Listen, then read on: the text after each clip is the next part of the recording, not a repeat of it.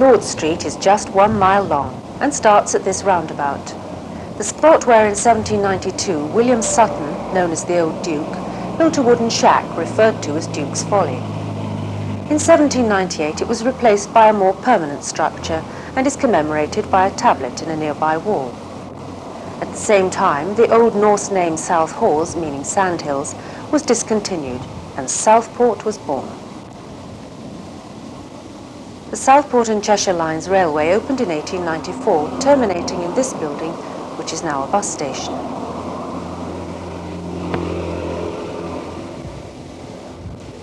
This bingo hall was formerly the Garrick Theatre, which arose from the ashes of the Opera House burnt down in 1929, itself a part of the vast 8-acre Winter Gardens complex.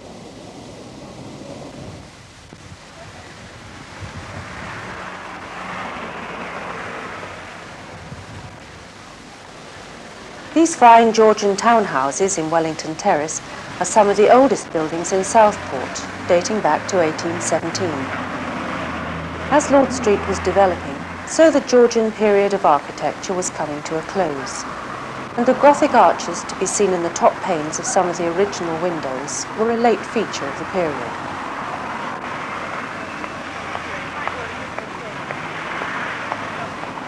Today, the old and the new often stand side by side, and Viceroy Court stands in stark contrast to the more sober buildings of yesteryear.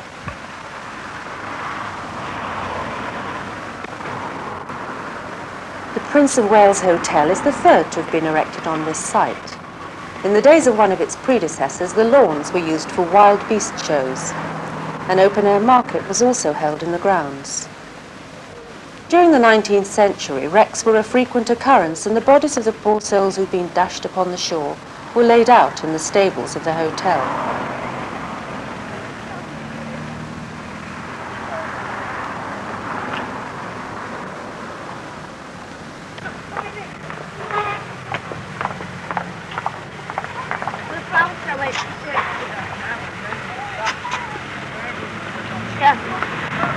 T.R. Hytens have been trading in this building since the beginning of the century, and their beautifully restored veranda offers a glimpse of Lord Street in its Victorian heyday, a far cry from the trackway through the sandhills from which it developed.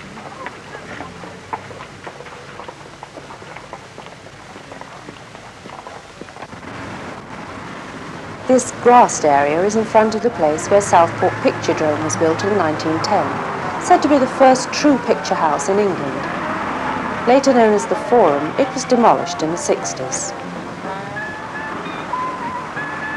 The nearby Cannon Cinema is now the only one left on Lord Street. Over the years, Lord Street has had a succession of bandstands. This one opened in 1985 and is well used by a variety of bands.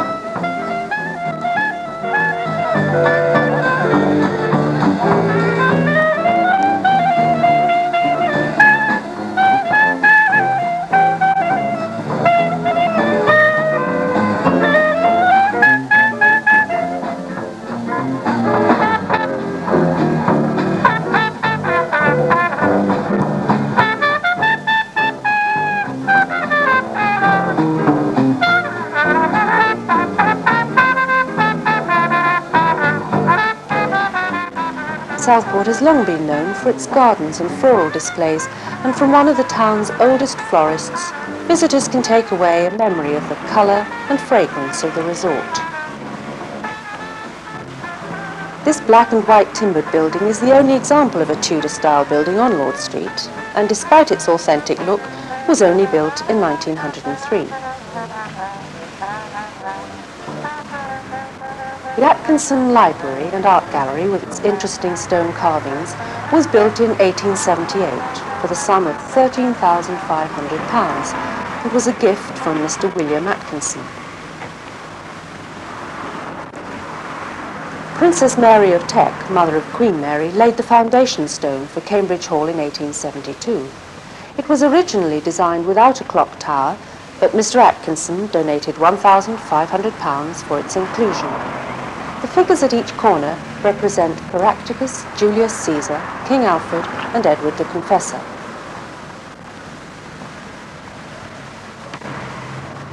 The Scarce brick hotel was built in 1821 and at one time attained a worldwide reputation as the centre of hare coursing. In 1849, a horse-drawn coach ran 6 days a week from here to Ormskirk to link with the newly opened Liverpool to Preston Railway. This Grecian temple, built of Portland stone with massive bronze doors, was erected in 1924 for the District Bank, now the National Westminster Bank.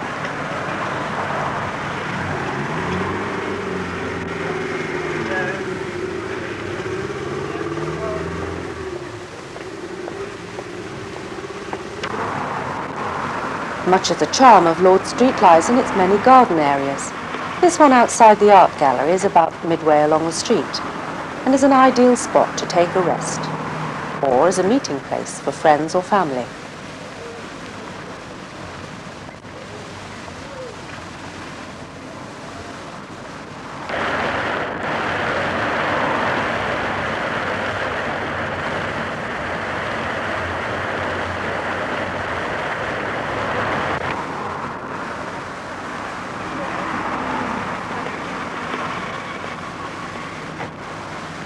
The town hall opened in 1853 and has been used as offices, a magistrate's court and even a police station.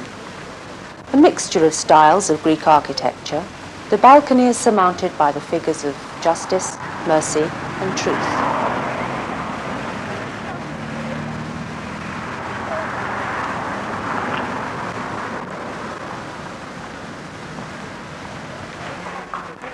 Cambridge Arcade is a covered pedestrian way of some 200 yards from the busy shopping area of Chapel Street through to Lord Street.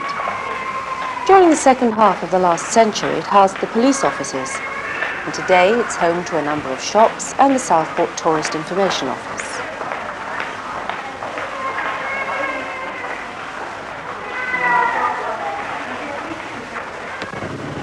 A cafe has existed here from the 1920s, catering for people wishing to quench their thirst while watching the world go by. A scene reminiscent of a Parisian boulevard.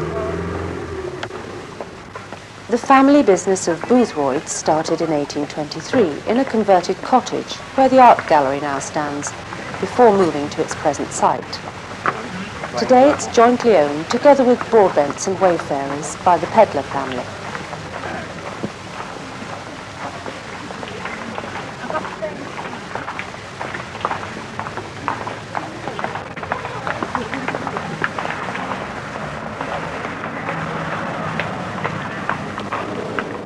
Wayfarers Arcade was formerly Burton's Arcade and was built by John Plummer in 1895 as Leyland Arcade. For a time it belonged to Cambridge University, bequeathed to them by Mr. Plummer.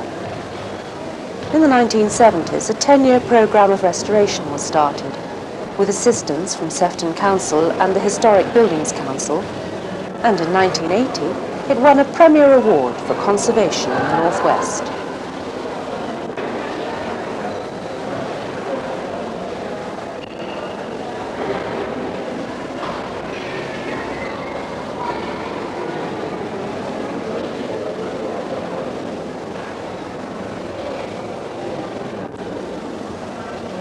The arcade boasts the only outdoor cafe in the town where you won't get wet when it rains.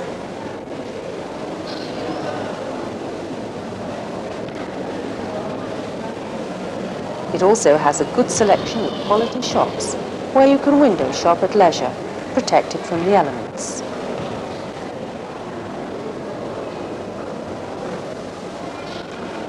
The town developed rapidly in the Victorian era, and the wrought ironwork so beloved by our ancestors is epitomised in this fine tracery which arches over the shoppers below.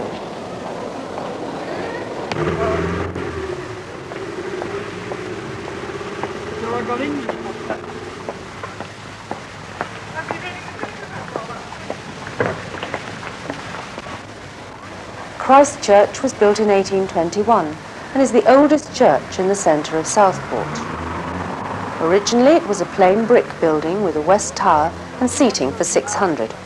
Surely a true act of faith, for the population of Southport at that time was just 600. A chancel and transepts were added in 1850.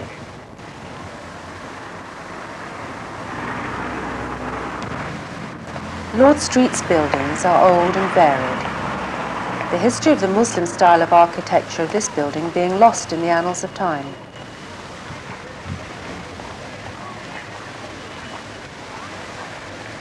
Southport has had a long association with banking, and Lord Street is favoured with many banks of bold designs, which were very popular during the last century. In recent years, one or two of these buildings have been skillfully converted into restaurants, which still retain much of their original character.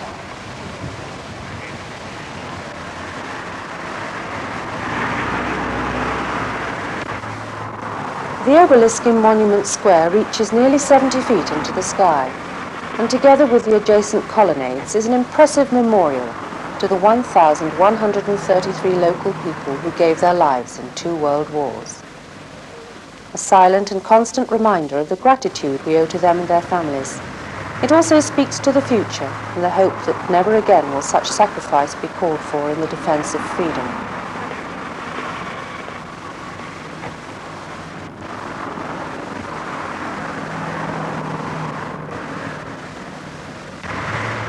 Southport's first post office opened in 1832 next to Boothroyd's and moved several times.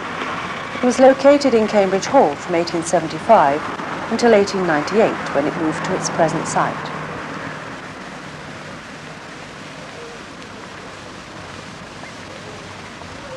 The new Sainsbury's store was the centre of much controversy before its construction on the site of the old Odeon cinema. However, it now stands in pleasing contrast to its older neighbours, overlooking St George's Gardens and presenting a pleasing background to the distinctive fountain.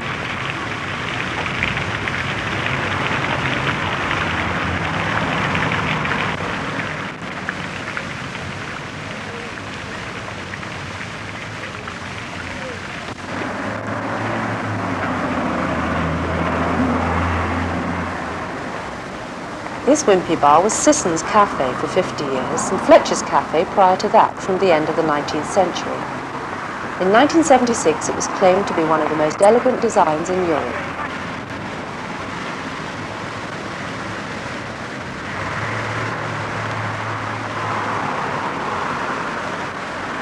The landward side of Lord Street today is occupied by shops, offices, churches, banks, municipal buildings, a cinema, an hotel and the general post office. But once most of this side of the street was taken up by private dwellings, some of which still remain, pleasant reminders of the past.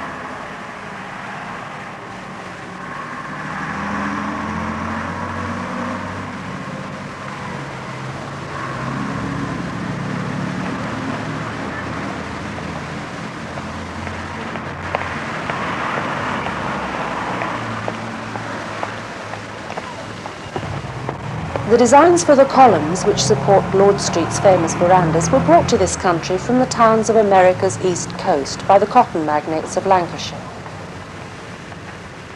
The Bold Hotel is one of Southport's oldest surviving hotels and was named after one of the lords of the manor. The Grand Casino was once the Grand Cinema, the largest and possibly most palatial in the town.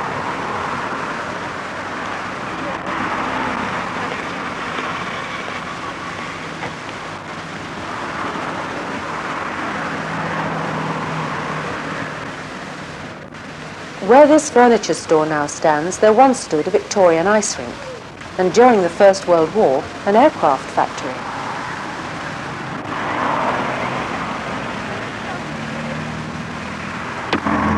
The many gardens that stretch the whole length of Lord Street's landward side help to create an impression of exceptional width, one of the features for which it's so well known.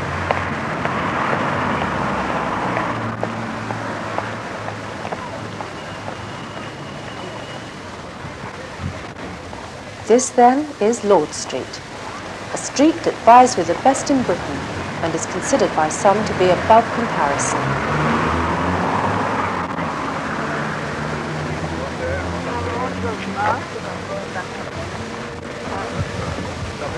Where else can you find a street so straight and of such majestic width, of gardens and fountains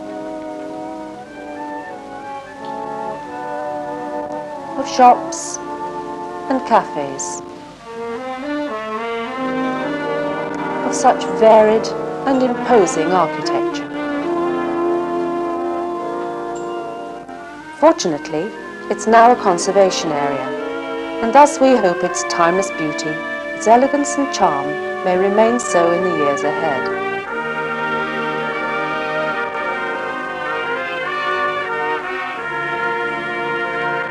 Time now to relax with a refreshing drink or ice cream and reflect upon what we've seen during our walk, and bask in the living history of what was once a mere trackway in South Hawes, and today is Southport's famous Lord Street, a gentle mile.